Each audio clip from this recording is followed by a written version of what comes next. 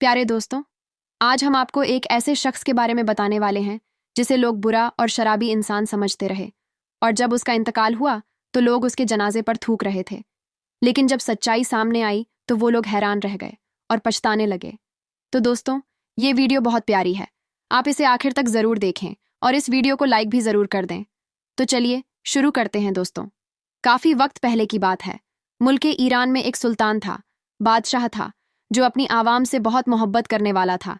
अगर उसके लोगों को कोई परेशानी पेश आती तो उसको दिल्ली तौर पर इस बात की खबर हो जाती है। एक बार ऐसा हुआ कि तहज्जुद के वक्त अचानक उसकी आंख खुल गई और उसे घुटन महसूस हुई, और वो सोचने लगा कि या अल्लाह, ये क्या मामला है? मैं अपने दिल में बेचैनी क्यों महसूस कर रहा हूँ? यह सोचकर उसने वजू किया और नमाज तहज्जुद अदा की, लेकिन घुटन कम न हुई। उसे महसूस हुआ कि मुझे अभी महल से निकल जाना चाहिए, और वजह पता नहीं चल रही थी। उसने अपने एक सिपाही को बुलाया और कहा कि आज मैं गलियों में घूम कर देख लिया, लेकिन मुझे ऐसी कोई बात नजर नहीं आई। लेकिन मेरा दिल घबरा रहा है। मैं तो सो रहा था, लेकिन मुझे ऐसा लगा कि कोई है जो मुझे मदद के लिए पुकार रहा है। कोई है जिसके साथ नाइंसाफी हो रही है और लोग उसे देख नहीं रहे हैं। तो सिपाही कहने लगा कि चली फिर से चलते हैं। तो वो सुल्तान कहने लगा कि अभी नहीं, फजर की नमाज हो जाए, उसके बाद चलेंगे। सिपाही ने कहा कि ठीक है, जैसी आपकी मर्जी। फजर की नमाज हुई और उन्होंने नमाज अदा की और फिर भेष बदलकर इराक की गलियों में निकल खड़े हुए। लेकिन समझ में नहीं आ रहा था कि दिल इतना क्यों घबरा रहा है। लेकिन जब शहर के दूसरे किनारे पर पहुंचा तो देखा कि एक बहुत बड़ी अंगूर की घनी बैल है और उसके नीचे एक आदमी गिरा पड़ा है। बादशाह करीब गए और सिपाही से कहा कि देखो, ये बेहोश है या मर चुका है। सिपाही ने करीब जाकर देखा तो वो सांस नहीं ले रहा था। सिपाही बोला कि सुल्तान, ये मर चुका है।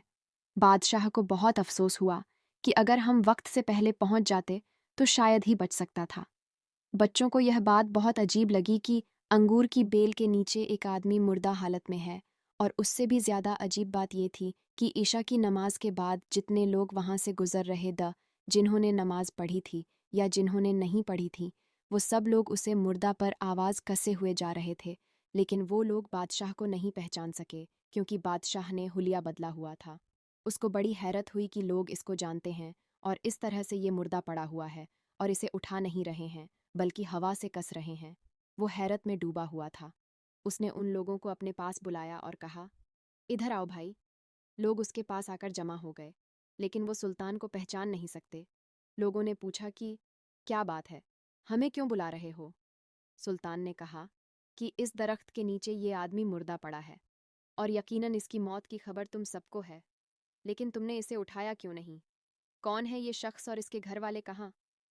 और तुम लोग क्यों इसको बुरा भला कह रहे हो और क्यों लानत कर रहे हो? क्या तुम्हारी इंसानियत मर गई है? लोगों ने कहा कि आप नहीं जानती, लगता है ये शौहर के हैं। ये बहुत बुरा और गुनहगार जानी इंसान है, शराबी है। सुल्तान ने कहा कि क्या ये उम्मती मोहम्मद सल्लल्लाहु ताला अलैहि वसल्लम से नहीं है? और क्या तुम्हारे सल्लल्लाहु ताला अलैहि वी वसल्लम ने तुम्हें इस बात का नहीं दिया है कि इंसानियत भी कुछ चीज़ होती है? और यहाँ पर ये मुर्दा पड़ा है, लेकिन किसी को कोई मतलब नहीं है कि इसके कफन दफन का इंतज़ाम करें या इसके घर वालों को इस बात की इत्तला करें। अब चलो इसे उठाओ और बताओ किसका घर कहाँ है। एन चाहते हुए भी लोगों ने सुल्तान के लाहसत से मुतासिर होकर उसे उठा लिया और घर की तरफ चल पड़े हैं। लोगों ने मैयत घर तक पहुंचा दी। दरवाज़ा खटखटाया तो अंदर से उसकी बीवी निकली। उसकी बीवी ने शौहर की लाश देखी तो रोने लगी। लोगों ने कहा कि बिना वजह रो रही है, किसी बुड़बक के लिए रोने से बेहतर है कि इंसान इसकी मगफिरत के लिए दुआ करें, और ना जाने बख्शा जाएगा भी या नहीं। बहुत बुरी हालत में दुनिया से गया है। सोचो, अंगूर की बेल के नीचे मौत हुई है। लोगों ने कहा कि हमने ऐसे यहाँ तक पहुँचा दिया है, अब हम इसके जनाजे में शरीक नहीं होंगे। हम नहीं चाहते कि हमारी कब्र में भी सांप बिच्छू आए। ये बहुत बड़ा बदकारी। लोग वहाँ से चले गए। लोग तो थू थू करते हुए जा रहे थे, लेकिन सुल्तान को यह बात समझ में नहीं आ रही थी कि इसकी बीवी इतना तड़प कर क्यों रो रही है। कोई तो वजह होगी। थोड़ी देर के बाद जब वो खामोश हुई तो सुल्तान ने कहा, क्या तुम मुझे बताओगी इसके साथ क्या माम करता था? और फिर ये शराब भी पीता था और शराब बेचता था, और इसका कारोबार भी हराम का था, और तुम कह रही हो कि ये नेक लोगों में से है। मुझे ये बात समझ नहीं आ रही है कि कैसे हो सकता है लोग इसके बारे में बात कर रहे थे और उसकी मैयत को हाथ लगाने तक को तैयार नहीं थे। तुम देख रही हो ना कि ठुकराते हुए गए लोग इसकी लाश पर, बीवी ने कहा। मुझे लोगों से यही उम्मीद थी, क्योंकि लोग जो देखते हैं वो उन्हें नजर नहीं आता। और इसने मरने से पहले मुझे कहा था कि मेरे बारे में किसी को नहीं बताना। ये मेरा और मेरे रब्बी करीम का मामला है। जब मेरी मौत हो जाए और लोग मेरी मैयत को हाथ ना लगाना, तो एक खास शख्स को मेरे पास भेजा जाएगा कि वही मेरे लिए दुआएं मागफिरत करें। असल में हकीकत ये है कि मेरा शौहर हर रोज शराब खाने जरूर जाता था। लोग समझते थे कि शराब का कारोबार करता है, शराब को पिता भी है, पिलाता भी है। लेकिन यह शराब खाने इसलिए जाता था कि जितना हो सके शराब खरीदे और घर लाकर फेंक दे। और लोग तो यही देखते थे कि यह शराब खाने जा रहा है और वहां से शराब घर भी ला रहा है। लेकिन घर में क्या मामला हो रहा है वो लोग नहीं जानते थे। वो सिर्फ मेरा अल्लाह जानता था, और मुझे और मेरे शौहर को पता था। मेरा शौहर कहा करता था कि चलो, कुछ तो गुनाहों का बोझ मुसलमान से कम हो, और अल्लाह ने मुझे जितना नवाज हुआ है, अपने उन पैसों से शराब खरीद कर लाकर मैंने यहाँ पर दफन कर दिया है। कम से कम जितनी शराब यहाँ दफन हुई है, इतने लोग शराब तो नहीं पी सकेंगे, और इस गुनाह को कम करने में मैं कुछ तो किरदार अदा कर रहा हूँ, बादशाह ने कहा। और फिर वो बदकारी औरतों के पास जाना, क्या तुम्हारा शौक नहीं था? औरत ने कहा, हरगिज नहीं। वो जाने नहीं था, बल्कि जिन्ना को पसंद ही नहीं करता था। वह रात एक बुरी औरत के पास जाते, जो अपने जिस्म का सौदा करती थी, और यहाँ के रहने वाले लोग, जो दिन की रोशनी में खुद को बहुत शरीफ जाहिर करते थे, वो लोग रात में उस औरत के पास जाते, और मेरा शौहर उस औरत को ज़रूरत देखता। अल्लाह ने मेरे शौहर को बहुत नवाज हुआ था। पैसों की कमी नहीं थी। उसने उन पैसों को उन औरतों को देखकर गलत काम को छोड़ने के लिए मजबूर किया। वो कहता कि औरत, मैं तुझे पैसे दे रहा हूँ, जिसके लिए तू अपने आप को बेच रही है।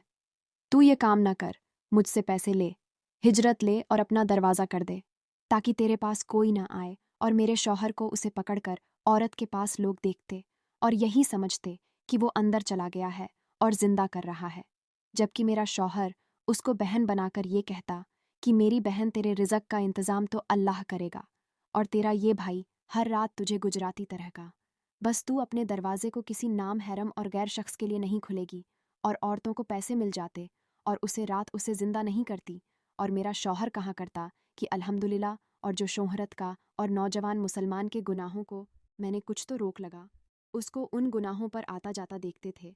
मैं उससे कहती कि याद रख, जिस दिन तुम मर गया, लोगों ने तुझे गुस्ल देना है, और ना ही तेरी नमाज़े जनाजा पढ़ानी है, और ना तुझे दफनाना है। और वो मुस्कुरा देता और मुझसे कहता कि घबरा मत, तुम देखोगी कि मेरा जनाजा बड़े बड़े औलामा इकराम और वक्त के सुल्तान पढ़ाएंगे। ये सुनकर सुल्तान के दिल पर है वो तारी हुई कि जिंदगी भर लोग जिसको बोलते रहे कि ये बुरा है, अल्लाह ताला ने उसकी मौत को कितना उम्दा किया है। खुसूसी तौर पर शहर के सबसे मोमिन लोगों को उसके जनाजे में शिरकत के लिए भेजा जाएगा। सबसे बड़ी बात कि सुल्तान के दिल में ये बात डाली गई कि वो भी तहज्जुद के वक्त अल्लाह ताला अपने बंदे के बहुत करीब होता है। तो वहीं लोग जो उसको कहते हुए जा रहे थे, पलट कर आए और नमाज जनाजा हुआ। गहरी तौर पर अपनी आंखों से देखने वाले आज का दिन था। हम इसको बुरा भला कहते रहे, अरे इसके जनाजे को तो वक्त का बादशाह, वक्त के बली उलेमा इकराम जाने, कितने खास लोग पढ़वा रहे हैं और पढ़ा भी रहे हैं। सुल्तान अपने महल आ चुका था, और जब वो सोने लगा तो सोते सोते उसे एक ऐसा ख्वाब आया कि यानी ना वो सो रहा था और ना ही जाग रहा था। उसी हालत में उसने एक ऐसा ख्वाब देखा कि खूबसूरत सा बाग है, वहाँ पर बड़े बड़े महल बने हुए हैं, और वहीं एक बांदा खूबसूरत से लिबास को पहने हुए सुल्तान के पास आकर शुक्रिया अदा करने लगा कि सुल्तान ने वक्त, अगर आप नेक ना होते तो अल्लाह ताला आपको मेरे बारे में कभी नहीं बताता। आप ही के सबाब का अल्लाह ताला ने मुझे लोगों के सामने लाकर उन पर जाहिर कर दिया है। तुम्हारे